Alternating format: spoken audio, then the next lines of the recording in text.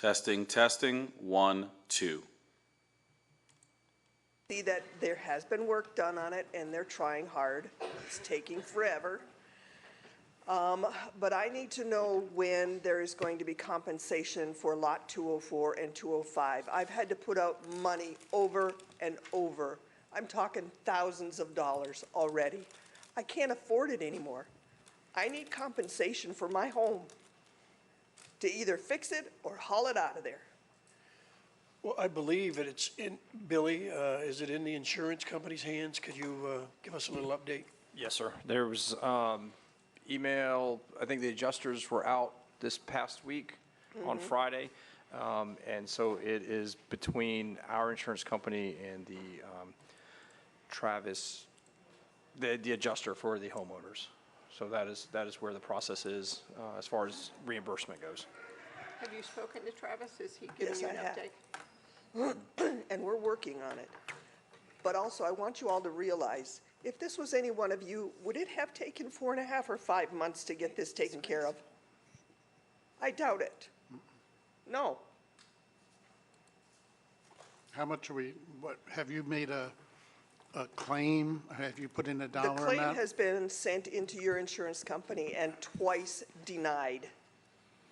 How much is the claim for? Over 100,000 each. 100,000 each? Ooh, okay. And yet they deny. What were their reasons? Because we didn't have water in our P-traps during the summer. That has never, ever been done. There have been residents of that park that have come back down for over 25 years and never had this issue. Not until this lift station was put in. And it's just Jody and my place that are so terribly affected by it. I walked around that lift station today and looked at the manhole covers. The one that mine and Jody's sewer line goes into is totally rusted. The other manhole cover just out in the street, probably 15 or 20 feet away, normal. All the rest of them in the park are normal. That's how bad the gases are coming out of there. And you still have us piped into that manhole cover. That needs to change. So that's another thing you need to look at. Are there plans to relocate them to the other manhole? We put a cap on there. There are 0 gases going back towards those homes. Are there plans to relocate them to the other manhole? No, sir. Not at this time. So if I come back this fall and have the same issue, you're going to tell me that it's because I didn't keep my P-traps filled? At this time, I can tell you that there is a flap on the end of your lateral that is not allowing gases back up that pipe. That's what they say.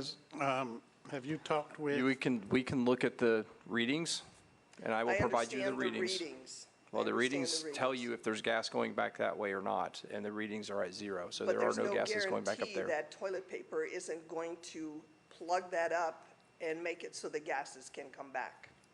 I don't disagree with that, but if it is sealed when you leave and no one uses your toilet, oh, I've got somebody that's going to be coming into my home. I have to pay for somebody to come into my home and put water in the P-traps every week. Okay, all summer? Another expense that should never happen. I don't even know what a P-trap is.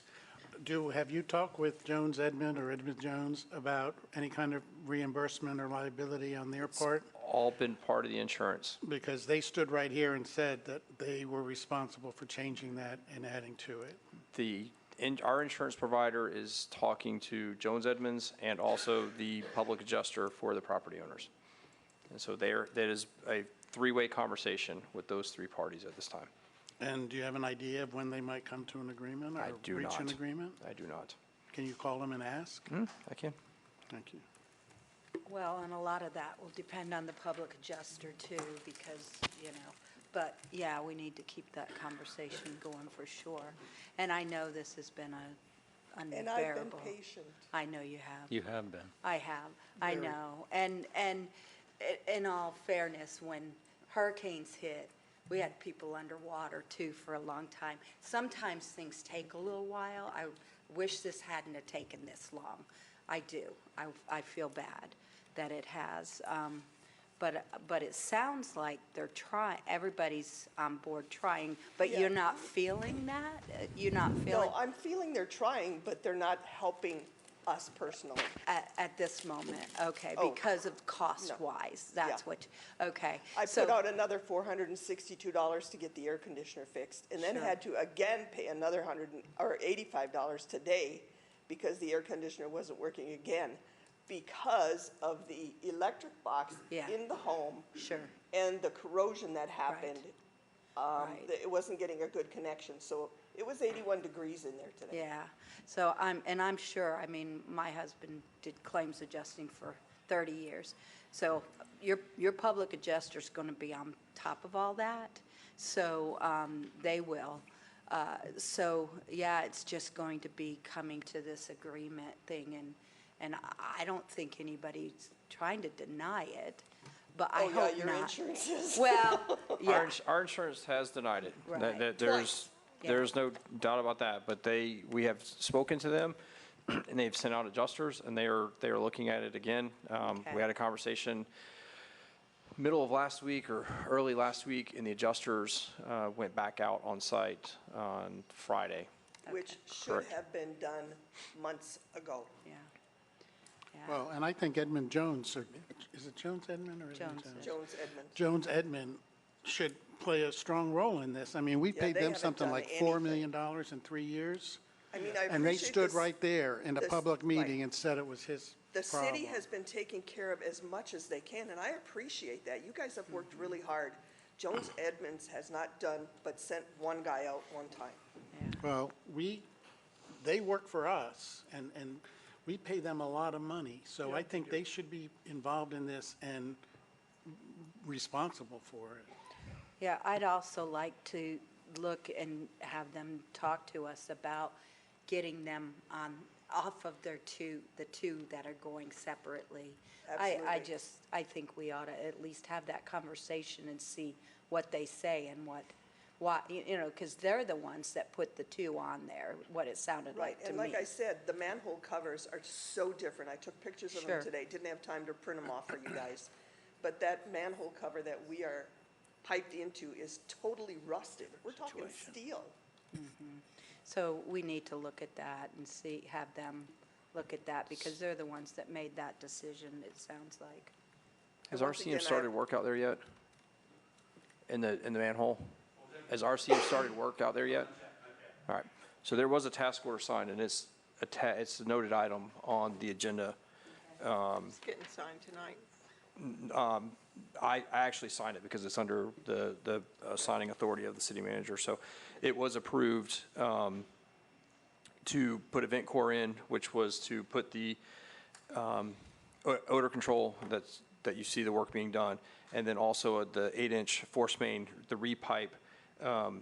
We're actually putting piping through the manhole for the force main that's coming in, so that it won't have the water will not be off-gassing, or the sewer will not be off-gassing inside that manhole. So that's work that's already been signed. Yeah, it was pretty smelly over there today. They were working on it. But Thanks once for again, doing that. thank you for the city for helping. Patience, it's Yeah. terrible. And thank you for doing that, Billy, getting that going. Thanks. Mr. President, I think the city attorney has something. Go Well, I ahead. was just going to say, I mean, it's taken time, but that's because our insurance provider denied liability, saying that there's nothing that the city did to cause this. So we've asked them to relook at it, and they are, and they've come back out. They were out once before, and I know interviewed people and did an investigation. But I think when the smoke tests were done, there were at least one of the units had faulty plumbing where the smoke was coming out underneath the unit. One of the experts that we talked to said that if that slowly emits gas underneath, it could also penetrate the unit. And P-traps are there. I mean, that's what our insurance said, is the P-traps were dry and they weren't functioning properly because of that. And if that's the case, then there's some liability on the homeowners, unfortunately, for letting those go dry, because plumbing, the plumbing code has those in there to prevent gases from coming back in. Now, I know there are things that can be done when you winterize a mobile home. There's a product you can buy. It's not antifreeze, but it's designed for this where it won't evaporate.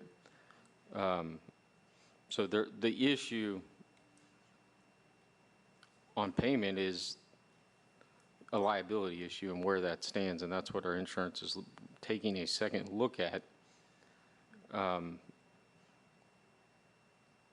then we'll have to if they deny liability again, the city will have to take a decision on whether we want to go after the design engineer for any liability if we think there is some there, or accept liability if ourselves. But, you know, that's a conversation we need to have, because I don't think as city attorney I'm prepared to do that with what I've seen. Mr. President? And what you're saying, the insurance company is going to not pay and not pay and not pay. That's their MO. I mean, I know that's the way they function. So in the meantime, what can we do while we're scrapping it out with the insurance company? What can we do to try and make these people whole? Because the insurance company is going to try and drag this out as long as they can. I mean, if they can drag it out 5 years, they'll do it. But these people, we got to try and make them whole at some point. I know the city manager talked one time about potentially talking about some kind of an agreement where we would pay for the damages, but our understanding of the damages were substantially lower than what the claims are now. So I think, you know, that's a decision we got to make. Like, I think once you provide payment, then you're accepting liability in a sense. And with what I've seen, I'm not an expert, but I deal with experts all the time and deal with these type of issues where there's disputes. I'm not convinced that there's liability on the city's part at this point. What about Okay. Jones Edmond, though? I mean, he stood right there and said they had made mistakes, and that it didn't happen until they added onto that system. I don't think that's exactly what he said. I think Oh, yes, it is. I think if you listen back to it, he says that did it contribute to it? And he said, well, if you made a bigger lift station, it certainly contributed to it. But I think if you were to So analyze what's the difference? statement, it contributed to gas going in the house and being at fault, two different things. And as far as for my P-traps being empty, I filled them with RV antifreeze before I left. So there wasn't just water in them. And every one of the Studer valves were compromised by the gas. That's what happened, and that's why things backed up. So it's a combination. It's, yeah. Mr. President? And, you know, as the insurance company, as Councilman Smith says, they're going to, you know, that's going to be a little bit battle. And so we can understand that it can take some time. But the problem is they're spending money right now because of that. So when that time comes, is there a possibility to, you know, recoup that losses they're going to have too? Because not only do they have a loss of their unit right now, but they're actually having to expend money while this is taking time. My credit cards are getting, And I just don't know when it gets to that point with the insurance company, was that part of the, you know, the reimbursement or trying to make them whole other than just the unit itself? Because I think it'd be a little more palatable for them to know that, okay, I know it's going to take a little while, but at least I'll get that back at some point, because right now, you know, you don't want to wait any longer because you can't really afford to. And I that's put what out a public thousands adjuster already. does. So, public adjuster will be on top of that, for sure. I know that. thank you. Thank you. All right, moving forward, we have 5 consent agenda items on the agenda tonight. We can pass them all at once, or we can pull one for discussion. I'd like to pull consent item 1.4. All right, can I get a motion? I move that we pull 1.4. Second. I have a motion and a second to pull 1.4. All in favor, say aye. Aye. I move to approve the remaining consent agenda items 1.1, 1.2, 1.3, and 1.5. Second? I got a motion and a second. All in favor, say aye. Aye. The Mr. Motion President. passes unanimously. Before we move on, I think there's more public comment that Oh, wants to I'm be had. sorry, I passed you, ma'am. Come on up. Forgive me. My name is Lucinda Lillesey, and I reside at 39146 Otis Allen Road, Lot 196. And my home that I live in now was owned by my parents, and it was the second home in that park. And we have not, thank God, had any kind of sewer problems or anything. My parents were in there for years, and they were snowbirds. And they didn't have to do any kind of P-trap prep or anything, and they never did. And I realize I'm not hooked up to the same sewer thing that they are, but I am across the street from Penny, and I have had where we couldn't sit out at night because the smell was so bad. We couldn't enjoy our patio or sit on our front porch because the smell was so bad. And it has improved, I will say that. But last night, you know, as soon as it gets humid and stuff and the air gets heavy, the same thing. You go in there and you can smell it. You know, and I'm not talking in my house. There's been no smell in my house or whatever. This is totally outside. But also during the construction and stuff, we had, I know one other resident and myself have had to replace tires because of, you know, like the construction and the screws and stuff like that that you get at most sites. I don't know if you know, construction sites. And we just sucked it up, you know, because it's what it is. But this is going on for a long time, and I had a chance to go in Penny's house, and it is not perfect. It is not the home that she left. It smells in there still of, yeah, it's covered up by cleaning. You can smell the cleaning and the, you know, so it's not perfect yet by far, and I'm just sick about it, that it has to be this way. And I just want you guys to know, like I said, I think you have done a lot of improvements, but still, it's not done yet. Thank you. Thank you. Okay. Is there anyone else in the audience that wants to speak to something that's not on the agenda? Ricardo, is there anyone signed up? No, Mr. President, I don't have anyone signed up. All right, well, thank you, and we'll move forward, I believe, 1.4, Steve? Right, I had a question. Apparently, we've spent some of the money of that 600,000, and we only have the 518 left? Yes, sir. Okay. The other thing I wanted to ask is, this explains what you're going to use that money for, but what are we doing about Alice Hall Community Center? That's not part of this agreement, but we have not made that decision yet. Right, I know it's not part of the agreement. I just thought this, since we're talking about that, when are we going to make a decision? We're starting the park in June?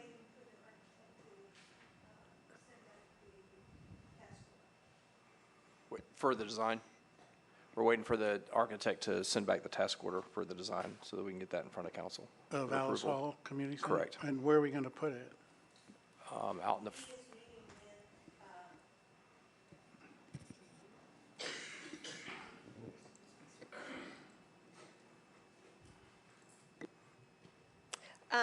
The architect and Kimley Horn's engineer are working on giving us a couple of scenarios so that the council can choose which one they want to, where they want to locate Alice Hall.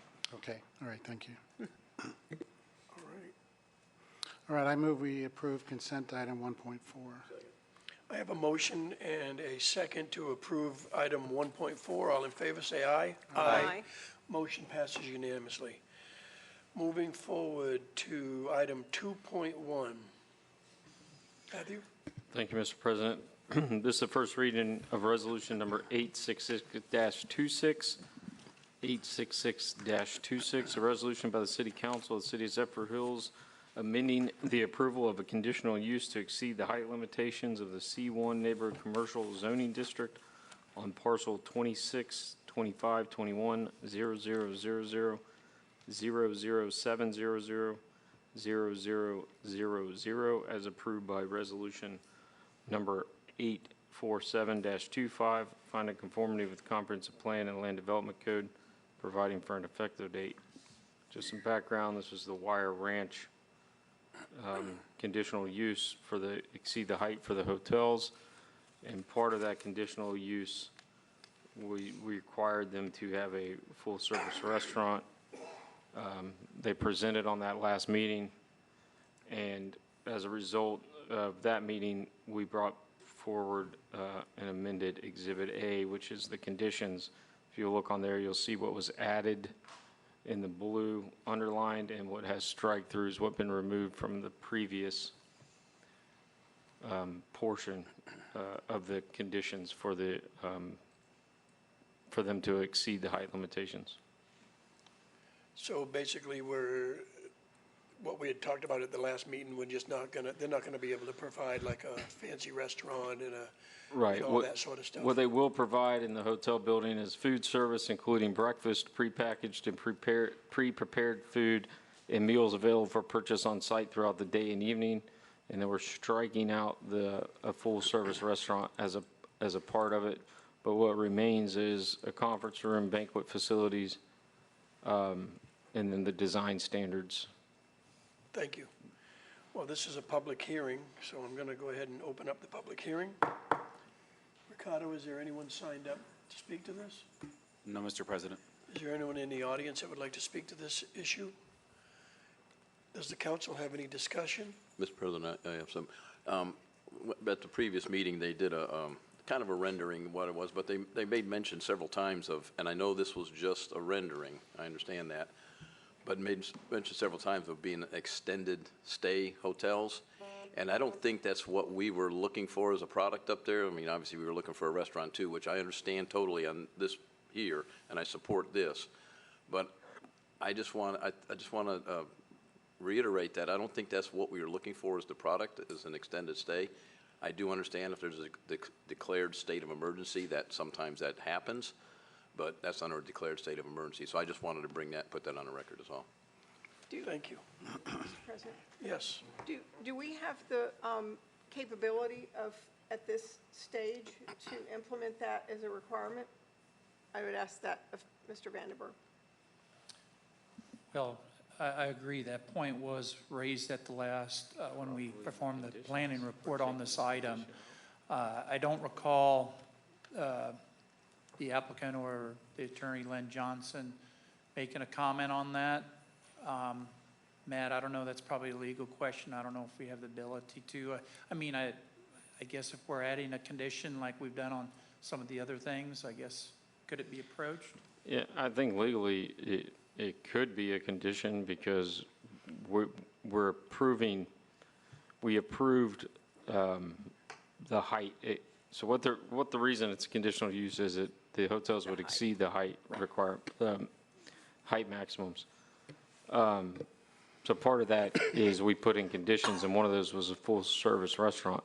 So if they want to remove that out of the condition, we could negotiate with them and include that it will not be an extended stay. But that's I don't think other than at the last meeting that's been discussed. Right. I mean, we can talk about that, but I would suggest we do that before we approve this resolution then, because our bargaining back and forth is, we won't require a full-service restaurant, but in exchange, we want to make sure it's not extended stay.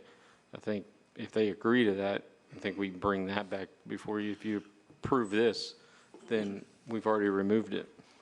Okay, and like I said, I don't know that was definitely what was going to happen, but that's how they presented it, and I was a little concerned, because I don't think that's the product we were looking for when we, in all these discussions of even doing the conditional use and everything up there. So I would kind of like to see that myself, just exactly what you said. I don't know how the rest of the council feels. I support that because when we talked about having a full-service restaurant, that implies a certain level of hotel. Right. That implies more of a convention center sort of thing, not a place where, workers stay, you know, when they're working on a project here in town. I mean, I just don't think that here we are preserving, you know, this is the almost one of the highest points in the city. We've already approved the fact that they're going to be the tallest building essentially on the street on that side. One of the things that I'm nervous about is that we were very clear that we wanted all of the mature trees to remain in the right-of-way next to their property. I don't see that in the agreement anywhere. And I agree that the extended stay is not the product that we were hoping for in that location, and that if we're giving something, I don't think it hurts for us to ask for something in return. To address the trees, you know, there's a lot of trees that are in the right of way, if my memory serves me correct. I believe a lot of those were in the right-of-way, so. So the language that is in here is on number 5, which was in the old, it's not changed, but it's what we agreed to before, which is property owners shall use best efforts to preserve trees on the property along US 301. Because I think where their property line is and then where a lot of the trees are not one and the same. You know, I think a lot of them are on the right-of-way side, which obviously we don't, and they don't have any say of what gets preserved there. It's DOT. Right. We did add, they'll provide a type C landscape buffer. I mean, Todd, I don't know if you can speak to the tree thing. I know I was involved in that negotiation a little bit, but mostly by planning.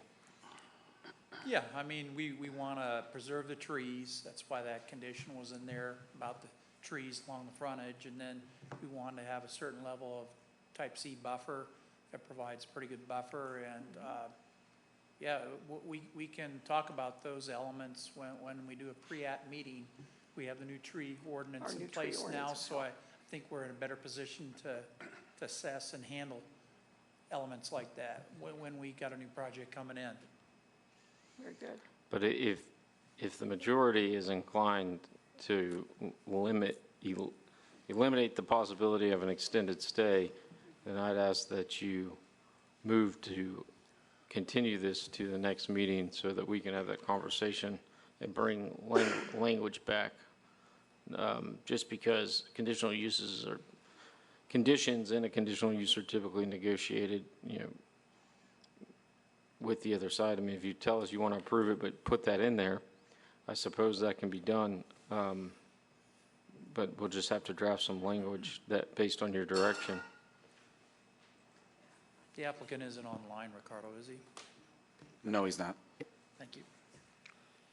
Well, as Councilwoman Wilkinson said, we're willing, and I do support that, you know, a full-service restaurant may not, you know, work there, but I think in that same line that we should be able to, you know, we're not going to get one of the things we asked for. We should be able to, you know, negotiate or whatever you want to call it, that in there.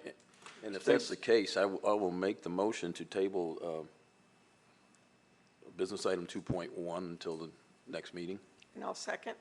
I have a motion and a second to table business item 2.1 until the next meeting.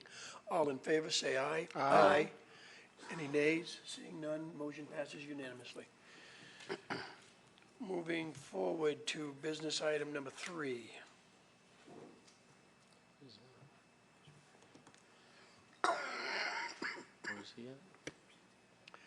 Is that you, Will? That's me this time. Good evening, everyone. Will McCaw, community planner here with the city of Zephyrhills. I brought forth today a presentation for y'all. We're looking to expand the current historic preservation grant from its existing $5,000 up to $7,500, and alter some of the requirements of the historic preservation grant. So currently, the adopted ordinance for the Historic Preservation Board allows for the city to provide incentives to historic property for preservation, but it doesn't outlay an exact amount. And so rather than a resolution or a change in ordinance where we would have to come and adjust that value, it's just it is a resolution as opposed to an ordinance. So we're looking to change the value where it currently is, which is $5,000. The other things that we're allowed to do with the historic district is provide assistance with nominations to the National Register, which was referenced quite a bit with the home theater. And we also do variances from standard zoning in the area. So those are the only incentives right now that we provide within the historic district, and we're looking to expand those at least a little bit. So the goal is to, because the grant was instituted right around the time that we had also instituted the historic district as a whole, it's been about 25 years. So $5,000 does not go anywhere near as far as it did 25 years ago. $7,500 is still, it's a $2,500 increase, so 50%. It's certainly not going to cover someone doing a complete restoration of their property, but it's more than what we have currently. And the other thing, because the historic district requires the original condition of the roof to be maintained or original material, we're also asking to have roofs included within the grants as something that would be covered. Here I've got a layout for y'all. This shows the grants going back the past 6 years that have been issued, the total number and the total amount of grants.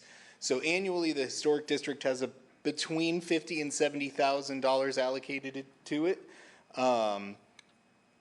Over the past 6 years, we've just barely reached $75,000 in total funds issued. So even with our annual budget being as high as it is, we weren't able to reach barely that amount over 6 years, which is why we're looking to increase that. We're also working on increasing awareness of the grants and help. I identified last week which properties are owned, which properties are homesteaded, and which properties are rented, so that we could reach out to either individual homesteaded owners or people that are renting out these properties, say, where are the problems you have with your property and what do you need to address? Obviously, we had code enforcement do a major sweep as well recently, and enforcement of that is something we're looking for. Because we're going to be enforcing these standards on these historic properties, and we're looking at enforcing demolition by neglect standards that we have adopted, that's why we want to increase this grant, is to help provide some assistance. Will, are you saying that renters can apply for this grant as well? Not the renters, but the property owners. So say if there was only, I want to say, 5 or 6 property owners within the district that owned multiple properties that were also renting it out. So the renters themselves couldn't apply for it, but the person that owned the property. So it doesn't have to be homesteaded then? Correct. It does not have to be homesteaded for the historic preservation grant currently. Now, can these grants be doubled up with a CRA grant? They can, the residential yes. grant? Okay. Yes, and currently the only maximum is annually. So as the language is currently, and this is something we could change if the city council prefers that, it is only managed annually. So each year someone could come back and ask for another $7,500. Now, it is a matching grant, so it's not without them putting in that same amount of effort. So theoretically, anything that they're doing, if they're doing $30,000 worth of restoration over 2 years, then $15,000 would make a little bit of sense, but that's the only cap we have. We don't have like a 5-year rolling where you can only apply once every 5 years or 10 years. It's annually. Sir? Thank you. Can I ask him a question too? So what I believe is the CRA won't do roofs, right? Correct? CRA grants don't do roofs. We do not do roofs. Right, so this is a great thing to add that to that. I just question, is $7,500 enough? Or if you have not come close to matching that $70,000 that you have annually, why wouldn't you take it to $10,000? And, because a roof is, It's significant cost. substantial. Metal roofs double that, that's right, Yeah. even on a little historic house. Yeah, and so that would be my question to you. is- Certainly. I'm sure you're just trying to be fiscally responsible, but I'm just asking. Right, and originally I had approached the Historic Preservation Board with the $10,000. I figured doubling it, again, because it's not being utilized as much, and with the cost of both labor and materials going up so substantially, I thought 10,000 was appropriate, but the Historic Preservation Board only recommended 7,500.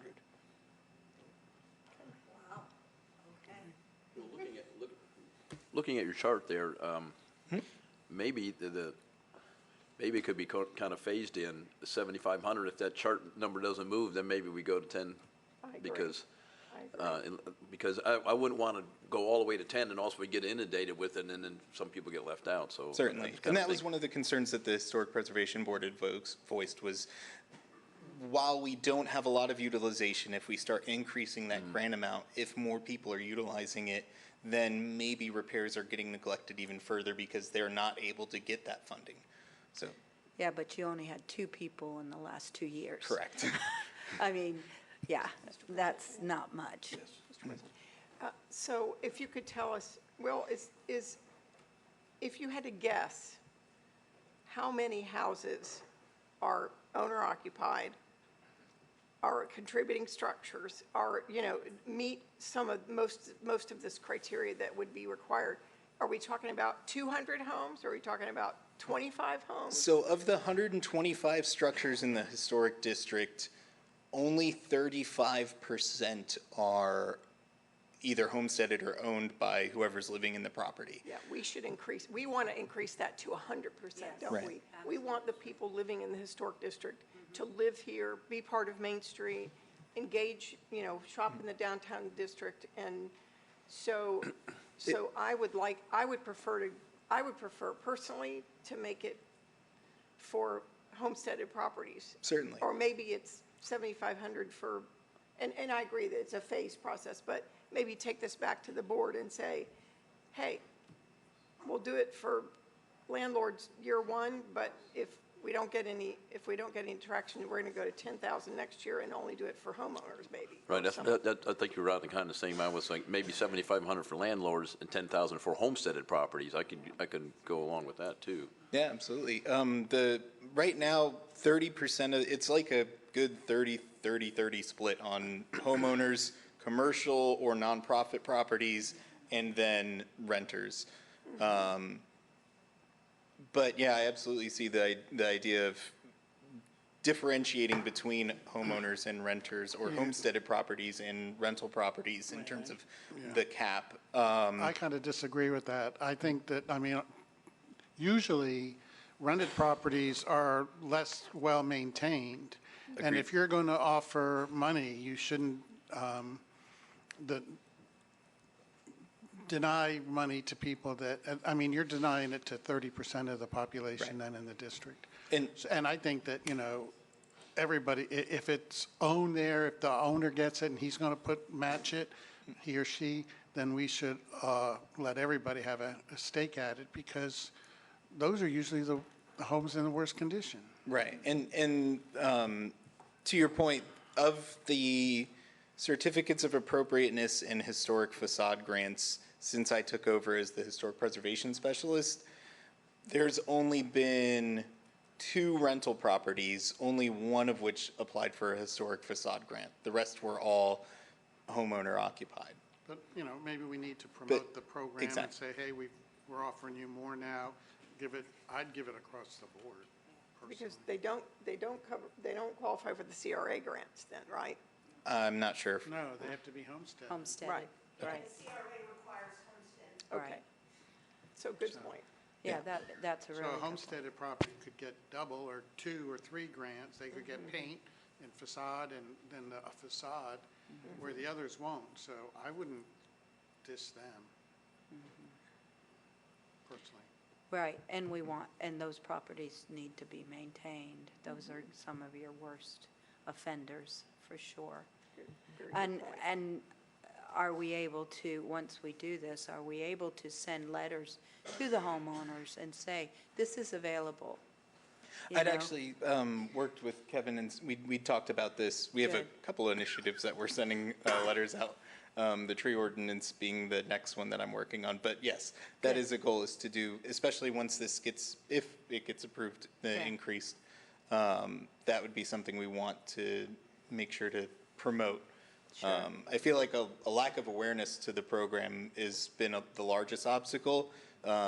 So not only increasing the grant value, but a promotion would be. Maybe one way to get the word out too is, as code enforcement has to go and look at these things, they could hand them a pamphlet here.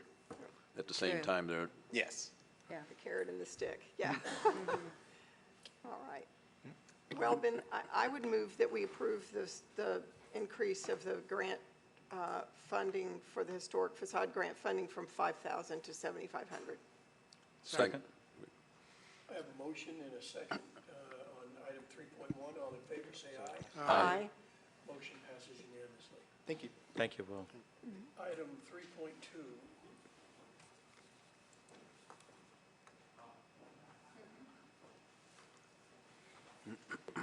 Good evening, Council. Rod Corvo, Principal Planner. This is a really nice project that staff's been working with Councilman Smith over the past year or so, and the objective is to give a sense of place. And so this on tonight's agenda is 3 more of those bus stops that we're working collaboratively with Pasco County. The city's responsible for the horizontal portion. Go Pasco is responsible for the actual bus stop itself, and we're beginning to work with our PIO officer to ensure that sense of place with our proper color scheme. Do you have any questions? I think it's a good idea. Yeah, it's going to be, it's a very exciting project. It's taken a little longer than probably we thought, but That's right. we're getting there. Mr. President, one quick question. So we do have some existing bus stops, right? We have some existing bus stops in the And city. those are green? Correct. Okay. Yep. And our new ones will be, They're going to be the city's color scheme. okay. Yes. I wonder if we can convince the other, and are they going to be similar in style and function? They are going to be similar in style and function. We tried to go with a completely different scheme, but it was cost prohibitive. So we've partnered and piggybacked with their contractors to get the product, a similar product, but we're going to put our own pizzazz on it, if you will. Okay. So it's going to be impressive when you drive down Gall and start seeing these. We're very excited. Oh, it'd be nice if it's raining and someone's waiting. Absolutely, absolutely. Children to get them out of the sunshine. Yeah, and as you've noticed, these are in areas where there's multifamily or lots of value-oriented shopping for people who are taking those public transits.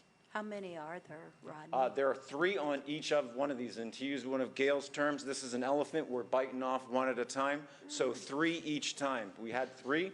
The reason this is a little more than the previous one is because there's some drainage issues out in front of the Dollar General.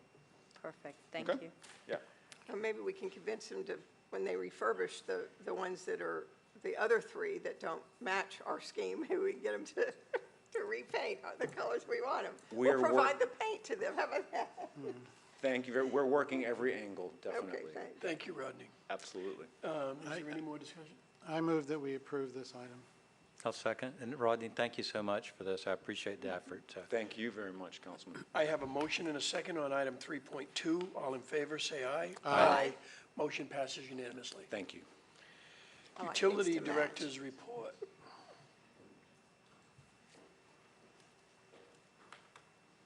Good evening, John Bostic, Utilities Director for City Zephyrhills. Yeah, this item before you is requesting a change order to a current work order that we have with HST Utilities. They're doing the meter changeout program. These additional funds are due because in the beginning, during our original discussions prior to coming up with a scope of work, there was discussions about having to change out the hand valves, customer hand valves, which is on their side of the meter. And I erred on the side of caution and did not include that in the original Scope of quote, work or bid. estimate, however you want to put it. But come to find out, there's a lot more that need to be changed out than originally thought. So coming back to request an additional funds to do that. They can do the work while they're in the meter box. Yeah. You said it's on the homeowner side. Is the homeowner assessed for that, or is it just something we're doing to It's just maintain something the that we entire system? put everywhere. Okay. Yes.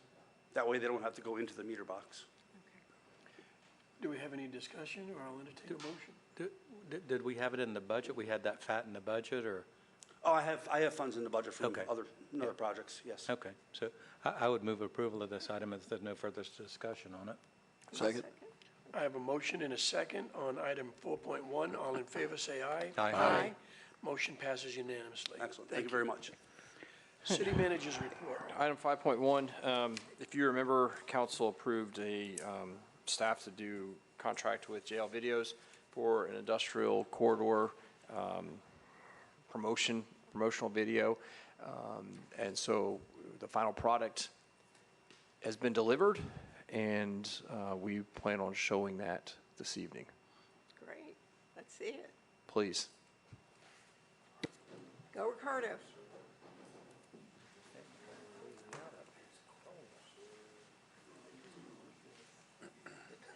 I had to put my jacket on.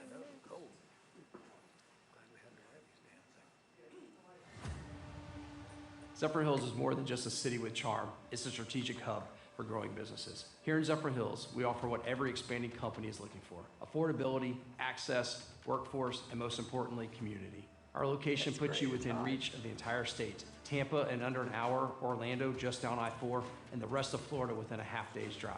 We've got the infrastructure, the talent, and the leadership to help companies thrive. We look for more than 160 sites around the country. We decide Zephyrhills are to put our next expansion facility in the U.S. due to several aspects. The fact that both the city as the county help us a lot during the process of looking for the best piece of land that we can have, as well as enough land to expand. We have 2 international airports very close by, so it's very, very easy to move in and out. But also, we are very close to some raw materials that are very important for us: sugar and wheat. With the city staff, I felt like home. The friendly environment that I have here and the freely to speak and to discuss different aspects was a main thing. And also, they are willing to bring business to the city. To have that kind of support from the city is vital. If you're ready to grow in a place that values partnership, community, and innovation, we're ready for you. Contact us today to learn how Zephyrhills can be the future home to your business.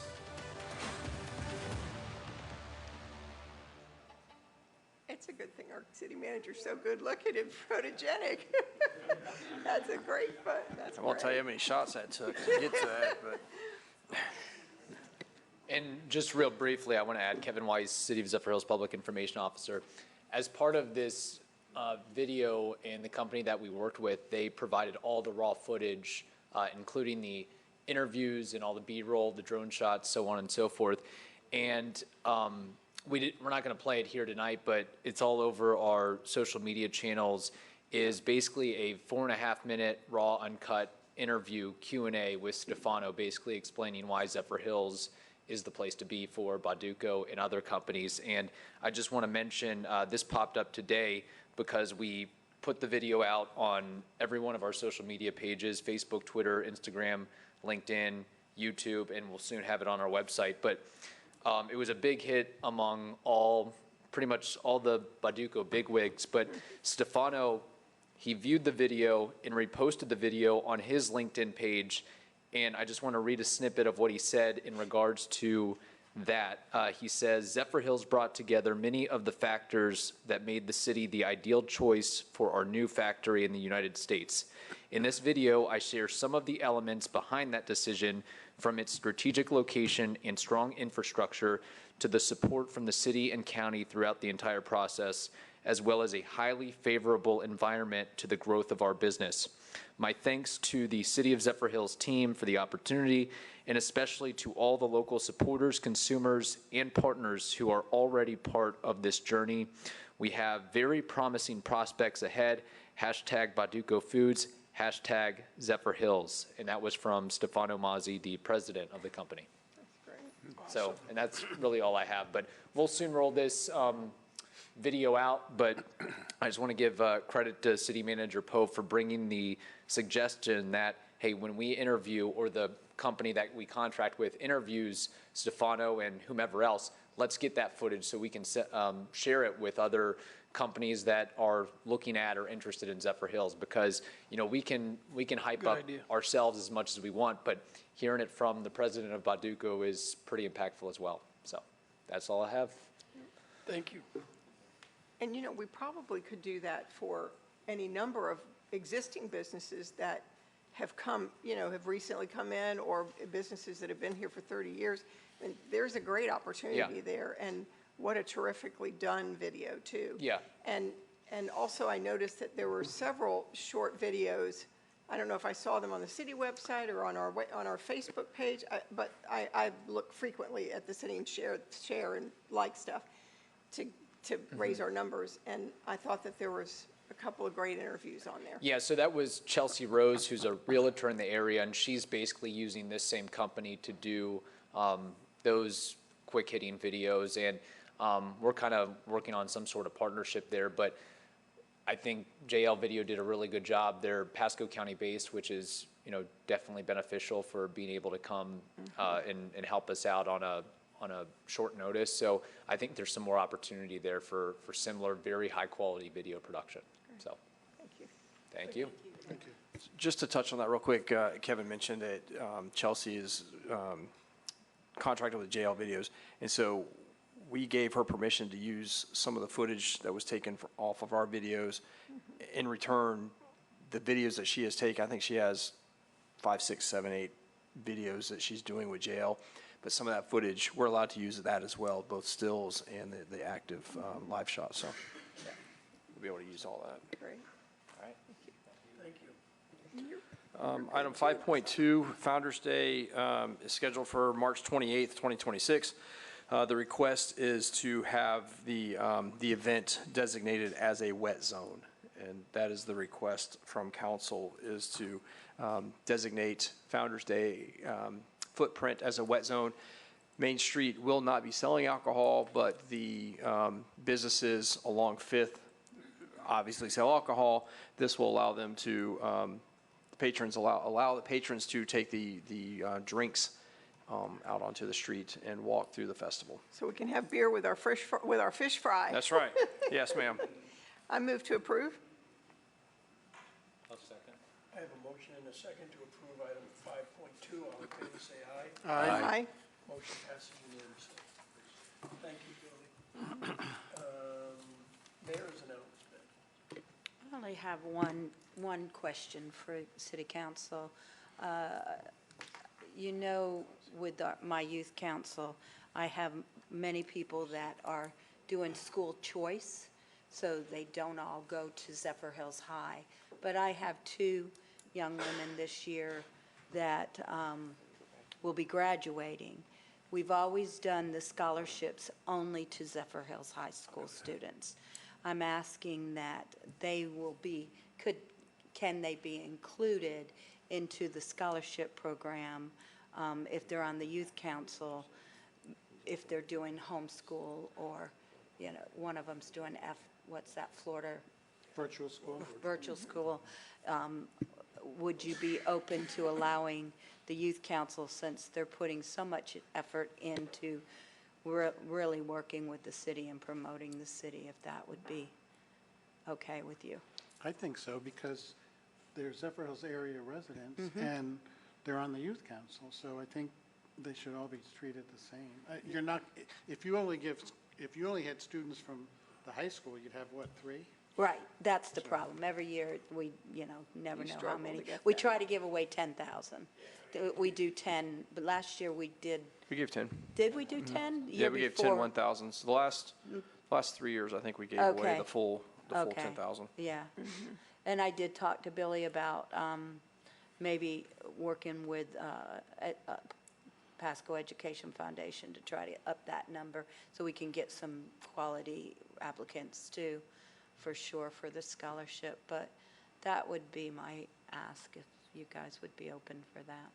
So these folks they're either homeschooled or they are in online virtual training, but they're not from Wesley Chapel, for No, example? Okay. no, but because of school choice, like, you know, they will go to the school that will give them that best opportunity to go to college. Okay. So, Well, I would not be opposed to that. Yes, sir. And I just saw how they worked at the CHIPS luncheon, how they were up at the Tallahassee. I mean, they're good kids, they're good representatives, they're here. I can't really think of a more suitable candidate, to be I honest agree. with you. Now, would I want them to be in Zephyrhills? Of course. of course, yes. Of course. Yes. But- Unfortunately, our school doesn't always offer for these higher-end kids. They're not always offering the program that they want. Right. Unfortunately. But, you know, that's another that issue. is what it is. And they're going to help at this weekend with the cleanup, and, you know, they help with every parade. They just are really being engaged. So I just didn't want to not ask your permission on that, for sure. Thank you. Is that all? That's all I have. Thank you. All right, city manager's announcements. The only item I have is I want to send my condolences to Calvin. His father passed away this weekend, and I just found out as I was sitting up here on the dais. So I just want to send my condolences to you and let you know that everybody in this room, anything you need, we're here for you. That's all I have. City attorney's announcements. Well, I think Calvin would have wished he would have told him that about 2 hours ago. He would have gone home. Just same here, Calvin. I'm sorry to hear about your father. If you need anything from me or personally or a city attorney position, let me know. I want to clarify something I said too about Jones Edmonds. Just not saying they're not liable. I'm just saying I don't think the statement was an admission that we could use at a legal level. I know there's a lot of moving pieces, and when you're looking at things from can we help them out financially, there's just some restrictions in there of what does that mean from a liability standpoint, and if that our insurance company's still trying to determine that, then it makes it hard on everybody, because it makes it hard on our resident that has the issue. It makes it hard on the city because our hands are tied. But I think solving an insurance issue is something that won't be accomplished here tonight, from a function of it anyway. But I wanted to clarify that I wasn't saying that they're not at fault. I was just saying that his statement wasn't a complete admission. So, and I want to say happy birthday to Billy. He's whopping 50 years old today. Yeah, I didn't want to let that slip by. It's a full decade older than me now, so. All right, thank you. See, there's no way we can know that because Billy's not on Facebook. City council comments. I'll start with Councilman Burgess. First of all, Calvin, He left. okay, well, my condolences. I'm glad I got to go see him a couple weeks ago. You were with me too, Billy. He was still the same cantankerous guy that I knew for a lot of years, and I'm really sorry that I had no idea, because he was, just a couple weeks ago, he said to me he was ready to go home. So I guess he did. And then happy birthday to Billy. He's caught up to his wife again, or almost caught up to her. Got still 1 year back. He went from 2 years to 1 year. Anything else? No, that's it. Councilman Spina. Yeah, I have a few things. One, I'd like to ask the city manager, do we have an update on the FEMA reimbursement? That we had paid that company, I don't know how much money, and I'll let the finance director answer that one.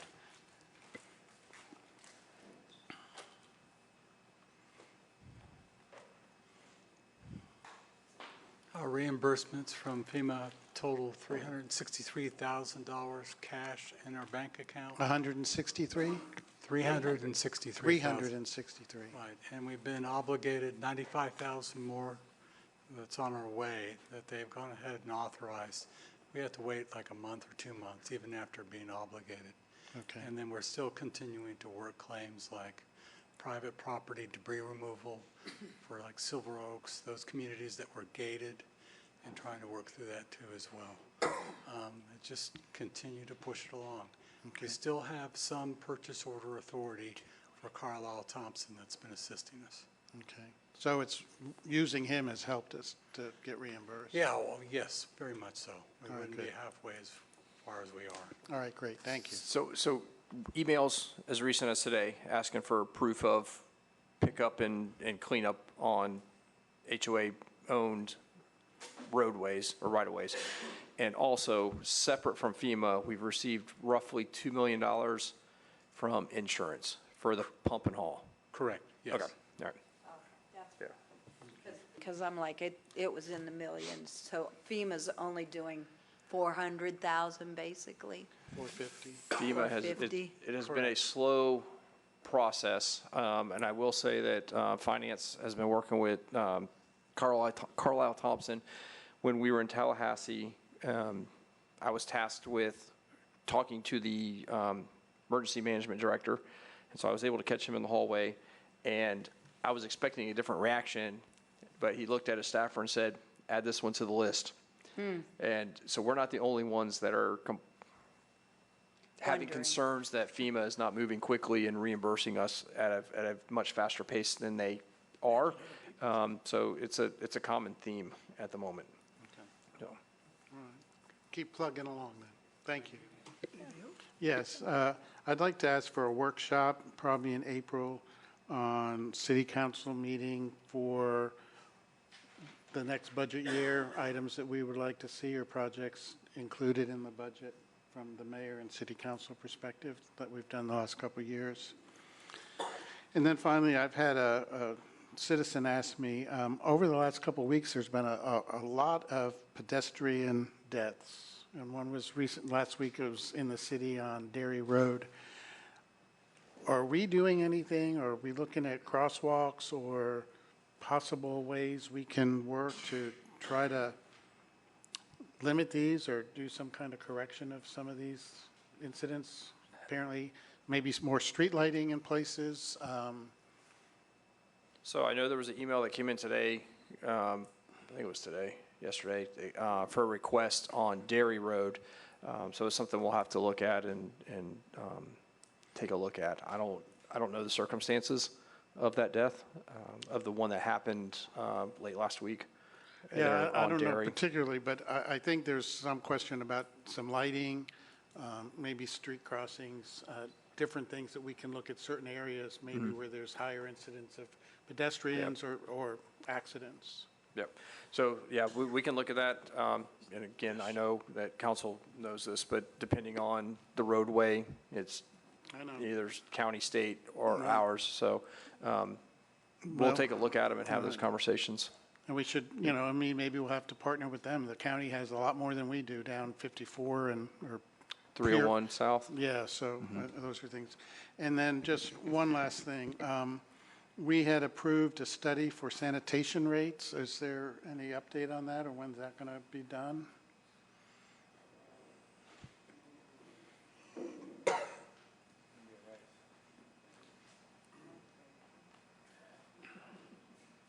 Shane LeBlanc, Public Works Director. That sanitation rate study is still in the works. We're working with the consultant and the finance department to do that. We're also doing the stormwater one at the same time. So don't really have a good update, but it's in the works. All right. The plan is to have it done probably October timeframe with the new budget. For the new budget? Yes. All right. And any update on the blue recycling bins? Aren't you ordered new big bins? We have the bins on site. We're just working on our action plan for delivery because we had a little mishap in the sanitation department with the loss of Bobby Black. Okay. He was kind of spearheading that, so we're kind of having to pick up the pieces. But we've received them. They're on site. We just have to have a delivery plan. We're working on that. All right. Thank you. Yeah, can folks, can folks pick them up on? No, we're going to deliver them, and each one, it'll be like a Z card. It'll have an So have a assigned little- serial number to a physical address, so we can keep a database of where they're at, who has them. But what if people don't recycle? Then we have them out there and no one's using them. Well, that's part of our delivery plan is, in the very beginning, we're only going to deliver to recycling customers because there's only a percentage of residents that recycle. So we don't want to have all those carts out there and nobody using them. So that's part of our delivery action plan, is recording all of the addresses that currently recycle We'll deliver to those addresses, and then afterwards, if somebody wants to request one, they can request one through Public Works, and we'll deliver one.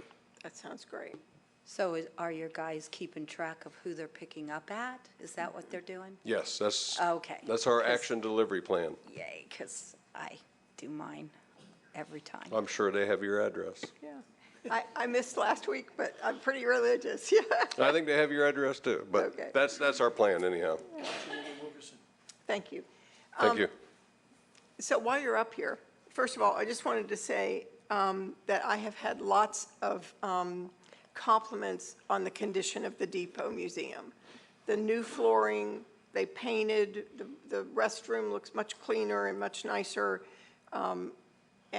And I know that there's probably still some work in progress, probably sealing of the wood and all that kind of stuff. But so far, so good, and just wanted to thank you for all the work that Public Works has done on that. Thank you. Yeah, the floor really looks good. It was a big help if anybody hasn't seen it yet. Number 2 was, happy birthday, Billy. Sorry, that's on my list too. Number 3 was, do you have an update, regarding the playgrounds? So we have all these new playgrounds in town. I sent a picture over to Ms. Hamilton. It looked like there's kind of a mismatch of accessories on the at the park. Also, the specified, like, trash receptacles and things like that. I'm not sure that they actually spoke to Public Works or anyone else responsible for maintaining these products. Did you go through all of the products that were specified for the playground, like the benches and the trash receptacles? Yes. At Public Works? Okay. Yes. So you did review it? Yes.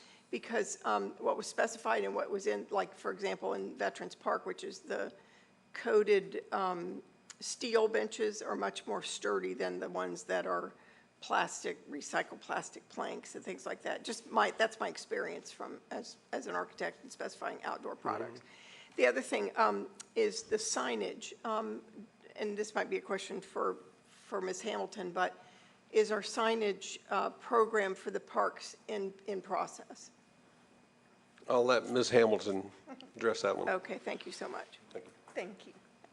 Yes, ma'am. We are working with the sign company. They are doing all of the signs for all of the entrance signs, all of the parks, and they want to have all of them done and install them all at the same time. I spoke to Mr. Webb this week, and we are looking at, last week, we are looking at May to end of May for him to do it.